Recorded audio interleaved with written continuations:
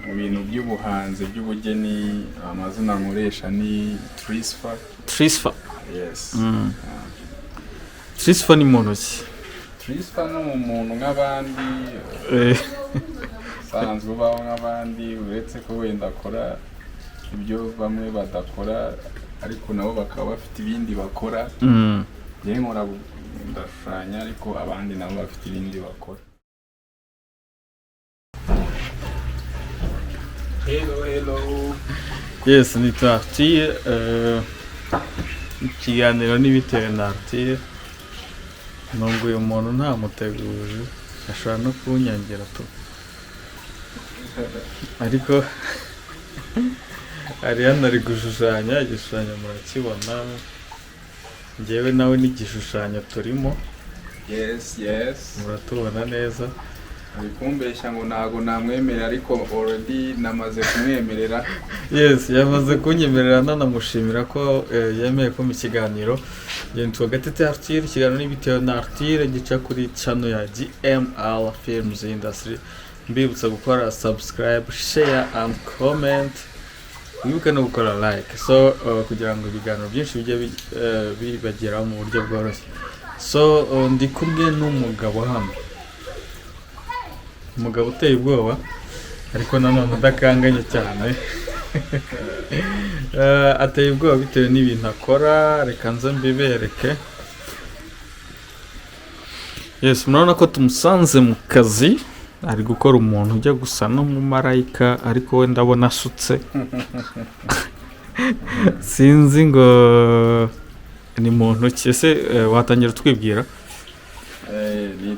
Amazina nitwa Turikumwe Christophe. Mu bintu by'ubuhanzi by'ubugeni amazina nkoresha ni Trisfa. Yes. Trisfa ni muntu ki? Trisfa ni umuntu nk'abandi usanzwe ubaho nk'abandi uretse ko wenda akora ibyo bamwe badakora ariko nabo bakaba bafite ibindi bakora. Njyewe nkora ndashushanya ariko abandi nabo bafite ibindi bakora. Ariko rero yangana navuga ureba audience nubwo tugusanze mu kazi. Ubwo biransaba guparika akanya gato cyane iminota itarenze 10 tukaganira mu buryo bworoshye cyane. Tugiye kuganira se Trisfa, umuntu yumvise Trisfa ni muntu ki? Okay, Trisfa ni umuntu nk'abandi nk'uko nakomeje kubivuga. Icyo nkora ariko nk'abandi umuntu ukunda gushushanya. Mbega ubugeni nicyo niko kazi kanjye niwo mwuga wanjye. Ndumva ari uko nguko na. Yes, umuntu ashobora kwibaza se Trisfa turi kureba ubugeni kuri we busobanuye iki? Ubugeni ni nko gufata ikintu abandi bantu badaha agaciro aho ukagikoramo ikintu gishobora kuvamo umutako cyangwa ibindi bintu. Mbega nibyo nitwa ubugeni, ni nko gufata ikintu ukagihuza n'ikindi bikabyara ikindi kintu abantu bashobora gukoresha. Ese ubugeni bwawe bwaje gute? Ubugeni ni ubwa kera. Na kera nyiga muri primaire najyaga nkunda gushushanyiriza abarimu ku bibaho ku matablo. Agenda by'amapaleye igishushanyo biga mbega nakundaga kubishushanya. Ariko ntabwo nabikoraga urumva narigaga ntabwo nabikoraga nk'umwuga. Mu gukomeza ndangije niko nabigiyemo ariko ubundi sinabyo nize nuko ni ibintu nakoraga abantu bose babonaga ko mbikunda. Ubikunda? So ibyo nize byo ni construction. Ubwubatsi? Ni ubwubatsi. Ariko n'ubundi na art ni ukubaka. Yes, ni ukubaka kuko gufata ikintu ukagenda wubaka yahise bihura. Yes. Ese umuntu tugaruke gatoya kuri Trisfa nyirizina. Trisfa watubwiye umuntu wari ariko se burya ni umuntu uri mu kigero cy'imyaka ingahe? Trisfa ni umusaza mukuru cyane, ni umusaza ushaje. Mu myaka ingahe? Ku myaka ye igera muri 30 urumva ni umusaza. Byibuze akuzemo. Arashaje. Oya muze papa yawe ameze abasaza twajyaga twicara kera tukaganira, ubu bari muri pasiyo. Trisfa abasaza baganiraga bari muri pasiyo, ariko ubwo bari ba sekuru wiwe, nako ntekereza ko bataba bangana.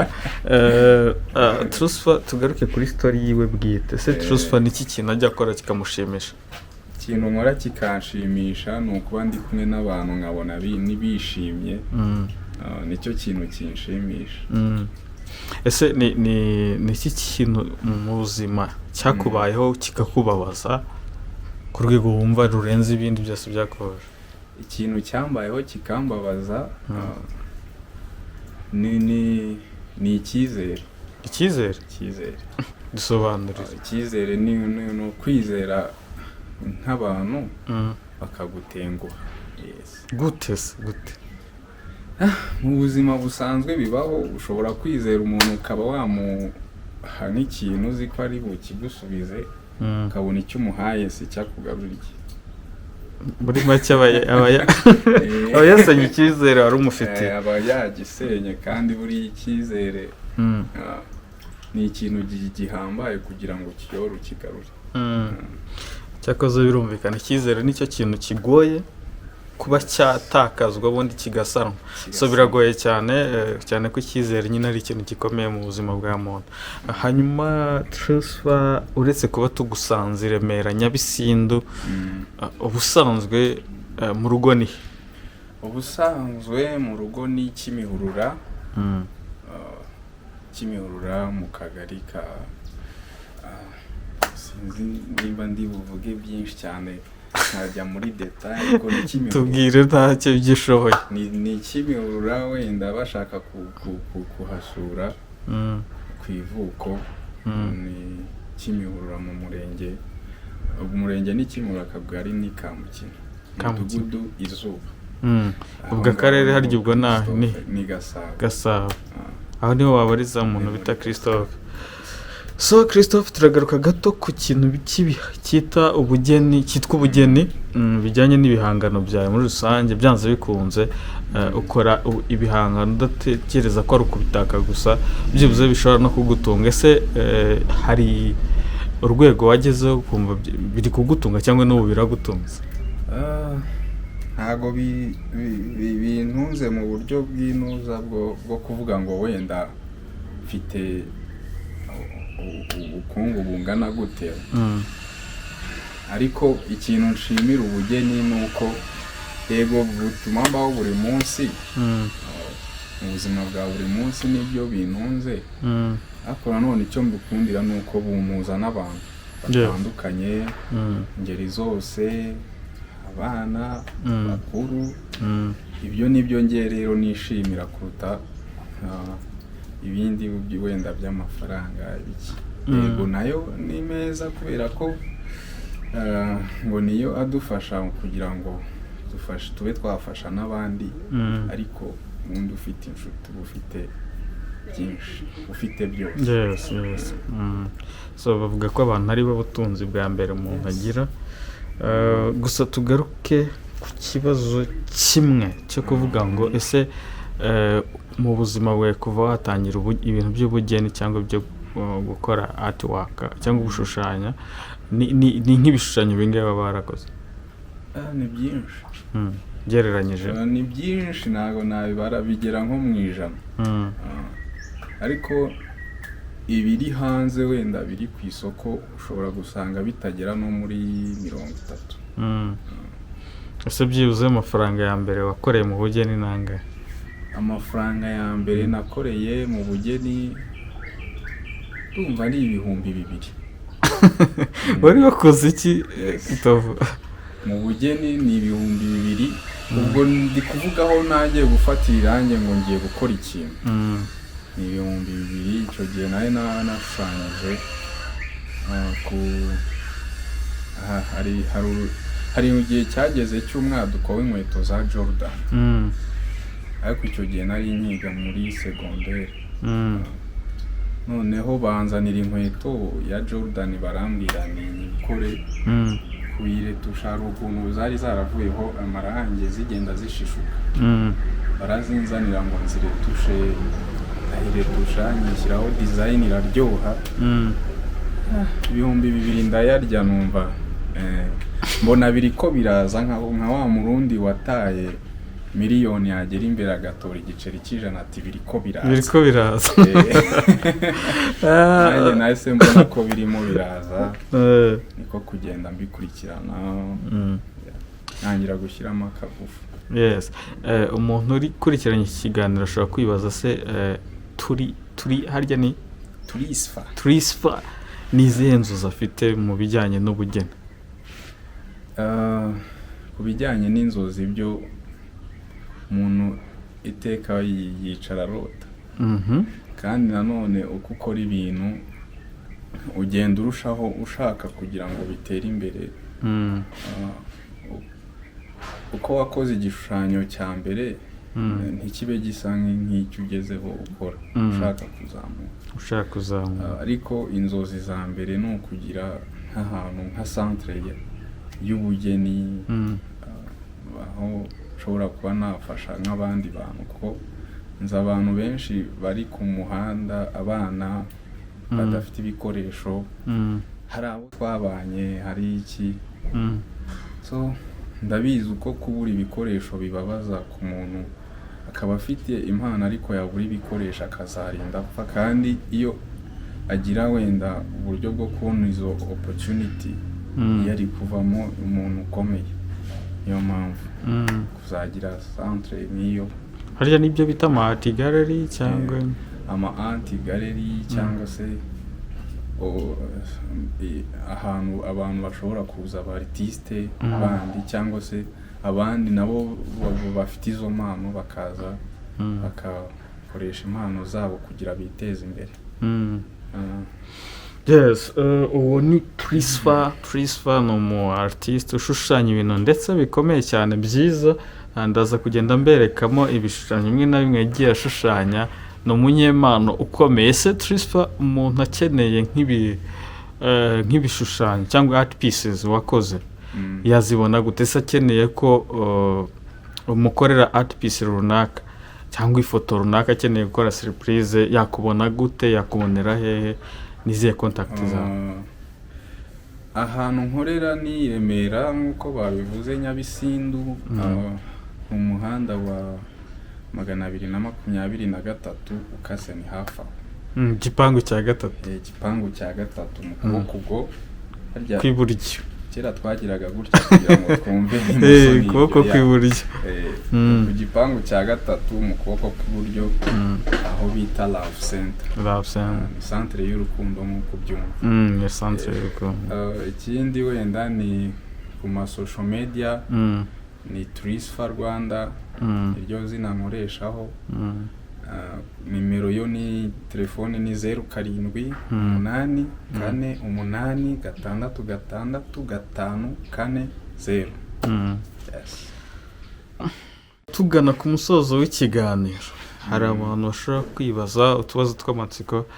Ese Trisfa ni umusore biragaragara ni igikwere cy'imyaka 30, umusaza w'imyaka 30. Ese Trisfa yaba yarigeze akoresha ubugeni bwe mu gutereta cyangwa mu kurambagiza umukobwa? Ubugeni atereta? Trisfa akoresha ubugeni atereta? Atereta ko numva utabyumva neza. Ntabwo ndi kubyumva. Ariko ntabwo byigeze biba. Abandi tujya twumva ko bashushanya abakobwa bakora surprise, barashushanya agakorera mu surprise, ariko biba binaryoshye. Biba biryoshye, njye numva biryoshye. Ariko njyewe sinzi, wenda banzi nama yarankandagiye, ntabwo nigeze nereta nkoresheje ati kandi batubwira ko abartiste ibyano mwabitumazeho abartiste byo barabimaze wowe nturimo se oya bashushanya oya yewe ntabwo ndimo ko nagiye ngira umwanya munini nshushanya asanga ari cyo wenda cyatumye ntita kumenya ibyo bintu iyo nza kubimenya wenda sinzi ariko ni ibishyashya mu matwi yanjye akase ureka wa mugabo uze ntufite abajama babikoresha mani nk'itufu yo gutereta barabikoresha ariko njyewe ndaza umuntu ankundira ukundi ntabwo ankundira ngo icyo nkora n'ubundi rega wabyanga wabyemera witwara nk'umwartiste ushushanya umunyabugeni biragaragara n'umuntu ukubonye gutya ingofero wambaye icyanwa uriho drip wambaye mu ijosi ashobora kubijyana gutya ariko iyo ageze kuri drip akagaruka ku kintu cy'umupira wambaye kumanuka hasi kugeza hasi ni umwartiste wemewe so byanze bikunze benshi ntago bari buze kwemera ibyo babwiye ko utigeze ukoresha ubugeni bugutereta kuko biragoye ariko buriya niko kuri afite nagira ngo nakomeje mvuga ngo tugana ku musozo ariko n'ubundi tugiye gusoza nagira ngo Trucifer atubwire umuntu w'icyitegererezo kuri we cyangwa se role model mu kazi kawe mu kazi kawe mu kazi kanjye ko gushushanya role model nta role model ngira bibaho se biratangaje uzi wabyigiye kuki byarizanye byagenze gute nta n'umuntu uzi ko inspire ahubwo njye nesipirwa n'isi kureba mbega kwitegereza ibintu muri isi nibyo binyesipira ubu ushobora kugenda ukareba Kivu nkayitegereza Kivu buriya nyishushanyije aho kuyigira inoza wenda nimba amazi ari ubururu cyangwa iki nkayishyiramo ibara ry'umuhondo andi mabara nabikoresha n'ayahe cyangwa nkashyiramo ibara rya beje mu kuntu igiye ivange ibyo nkabyibaza gusa nkahita ese buriya mutanga message gute mu bugeni bwawe message uyitanga ushobora no kuyitanga wowe ukurikije ibyakubayeho ubundi ahanini biragoye gutanga message y'ibintu utazi ariko ibyo wabayemo ushobora kubisohora byo kugira ngo uruhuke umutima wabisobanurira undi muntu nawe agahita yumva wenda ibyo byigeze kubamubayeho ati akaba yakumva message gutya ese hari art pieces cyangwa se igihangano wigeze ukora umuntu wagisobanura umuntu akavuga ati nyamaze ni story yanjye wavugaga ko cyangwa se iki kintu ndagikunze ku rwego rwo hejuru tubwire hari iyo nigeze gukora yari imeze irasekeje irasekeje nigeze gushushanya umukobwa yari iy'umukobwa usa nk'urimo kwerekana ikimero cye yari yambaye akantu kagufi nk'akamini cyangwa agakanzu kagufi ariko mu buryo bwo kwerekana ko hari nk'igihe umuntu ashobora muri ibi bihe abantu kuko urabona izuba ryaracanye basigaye biyambara nyine utuntu tworoheje dutuma bahumeka noneho ukabona abandi byabarangaje barimo kuvuga ni indaya n'iki kandi we yiyambariye gutyo ariko noneho nashaka gutanga message ivuga ngo wijanjinga umuntu bitewe n'uko ubona igitabo kava yiwe wijanjinga igitabo utaragisoma ni nk'uko ushobora kugenda twahura mu nzira tutaravugana ugahita uvuga habona ncecetse kiriya gihungu kirira ariko twaganira ugasanga uri cool so ni ibyo rero umuntu yaraje aravuga ko ibyo bihora bimbaho umuntu akaza natambuka wabona ngo kuriya ngo wanganya ko ari umumama ngo ikintu babana kandi ari umuntu wiyubaha wiyubashye ariko kubera ko nyine yambaruriye ukuntu yumva bimuhaye amahoro abantu bagatangira kubikontaho cyane. So twakomeje kuvuga ngo tugeze ku musozo ariko iyi nkuru yari iryoshye byari bigoye kumuhagarikamo hagati nongere mbisubiremo ngo tugana ku musozo biragoye gukomeza usubiramo ibintu ariko se hari abantu bafata ubugeni nk'ibintu biraho ntibabiha agaciro cyane. nihe nama wabagira kugira ngo batangire guha agaciro ibihangano byanyu? Ubundi ikintu cya mbere nkeka ko ushobora kubaka inzu ukayubaka kubera ko uzi ngo nzayibamo igihe kingana gutya, sibyo? Rero ubugeni nabwo ushobora kubika ikintu kubera ko ushobora kuyibona ukavuga ati tablo se amadolari wenda angahe cyangwa se amafaranga y'amanyarwanda agera mu bihumbi ingahe ntabwo nayatanga. Ariko ni nk'uko ushobora kugenda ukagura ikote ry'ibihumbi 150 uraryambara wenda iryo kote rishobora kuzagusiga ariko igihangano ntigishobora kugusiga. Urakigura abuzukuru bawe ubuvivure bazaze babisanga aho ngaho ku mafaranga yawe y'urusenda rwose witangiye. Ni nk'urusenda ariko yego ufashije umwartiste nawe kugira ngo akomeze akore nawe ibindi kugira ngo akomeze atange message ku isi, ariko n'ubundi nawe uba wungutse kuko icyo kintu ubuguze ntabwo kiba kizasaza. Yes, igihangano ntigisaza, ntabwo gisaza kabisa. Yes, reka tugushimire tukubwira ngo courage mukomereza aho akazi murimo. Biragoye ko abantu benshi bagaha agaciro ariko abantu basobanutse barabyumva n'abandi batangiye kubisobanukirwa.